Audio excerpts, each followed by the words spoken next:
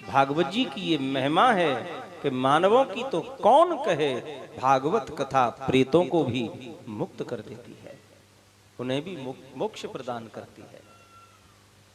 तो आइए अब यहाँ हम भागवत जी का शुभारंभ करते हैं। प्यार से बोलिए जय श्री कृष्ण। भागवत जी के प्रारंभ में एक बड़ी विचित्र और एक बड़ी अद्भुत बात है, ध्यान देंगे। और जो विचित्र और जो अद्भुत बात है वो बात ये है कि भागवत जी के प्रारंभ में स्तुति किसकी की जाए।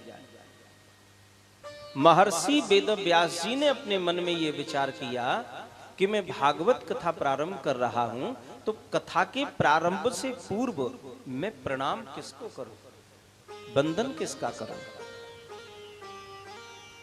यदि मैं सबसे पहले राम जी को प्रणाम करूं तो लोग समझेंगे ये राम पर्क ग्रंथ है। यदि मैं कृष्ण स्तुति पहले करूं तो लोगों को लगेगा ये कृष्ण वैष्णवों का ग्रंथ है। यदि मैं भोलेनाथ की स्तुति पहले करूं तो मन कहेगा कि दुर्गा जी का नाम तो आपने लिया ही नहीं।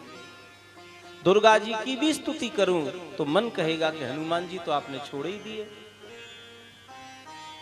फिर मन में भाव आएगा कि भैरव जी का नाम रह गया। और यदि मैं सबकी स्तुति करने लगा तो स्तुति लंबी बहुत हो जाएगी। तो महर्षि वेदव्यास जी ने मन में विचार किया कि मैं कुछ ऐसा करूं कि स्तुति हो भी जावे, ज्यादा लंबी भी ना हो और कोई भी देवी या देवता छूटे भी नहीं। तो ध्यान देंगे, भागवत जी के प्रारंभ में जो महर्षि वेदव्यास जी ने स्तुति करी वो केवल सत्य की करी साहब, केवल सत्य को प्रणाम किया।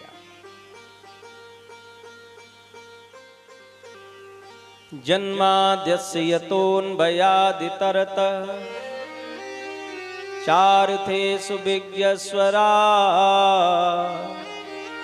तेने ब्रह्म हृदयाय आदि कवये मुह्यन्ति सूरया तेजो वारि मृदां यथा विनिमयो यत्र त्रिसर्गो मृषा धाम्ना स्वेन सदा निरस्तकुहकं सत्यं परं धीमहि सत्यं परं धीमहि सत्यं परं धीमहि। केवल सत्य को प्रणाम किया। यतः परमात्मनः सकाशात् अस्य विश्वस्य जन्मादिर्भवति।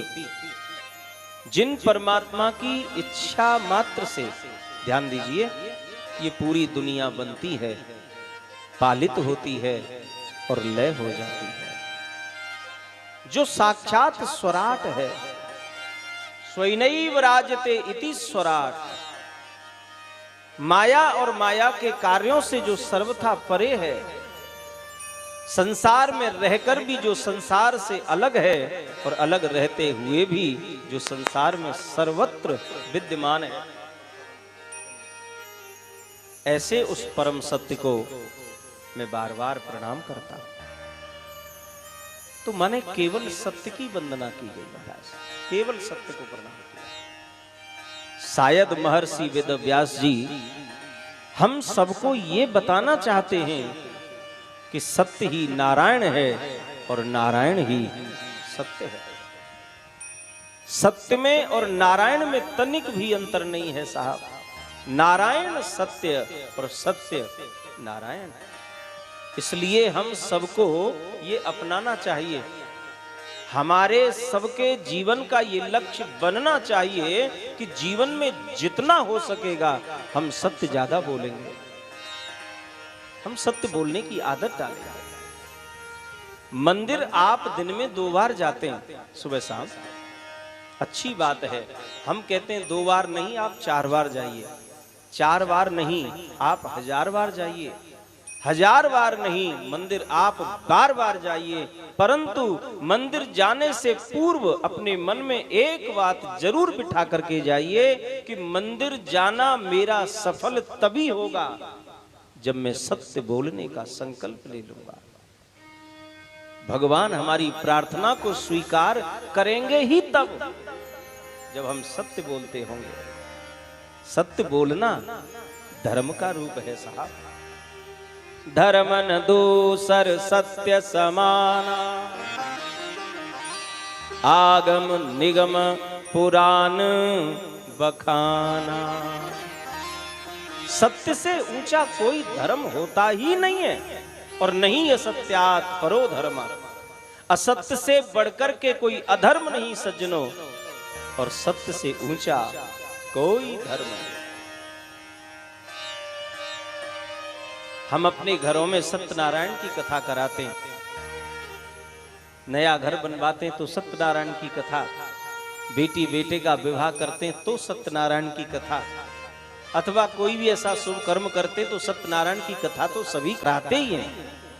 तो सज्जनों, सत्य नारायण है ऐसा समझ करके सत्य बोलो, उसकी कथा अपने आप हो जाएगी, कराने की जरूरत नहीं पड़ेगी। आप यदि सत्य का पालन करते हैं तो आपके यहाँ नित्य सत्यनारायण की कथा हो रही है। सत्य के पालन से भगवान की कथा सफल होगी साहब।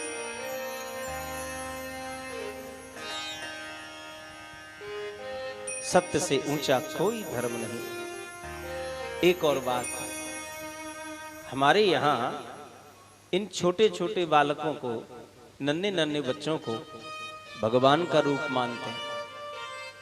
क्यों? क्योंकि छोटा बालक झूठ नहीं बोलता, उसे झूठ बोलना आता ही नहीं है, इसलिए उसे भगवान का दर्जा दिया गया। और ज्यों-ज्यों हम बड़े होते जाते हैं, त्यों-त्यों झूठ को पकड़ते जाते हैं और अपने आप को गिराते चले जाते हैं साहब। इसलिए भगवान बच्चों से बड़ा प्रेम करते हैं। हम सब बालक को भगवान का रूप मानते हैं, क्योंकि झूठ बोलना उसे आता नहीं, छल कपट ईर्ष्या की उसके अंदर भावना होती नहीं, इसलिए उसे भगवान का दर्जा दिया गया है। तो सत्य बोलना धर्म का रूप है।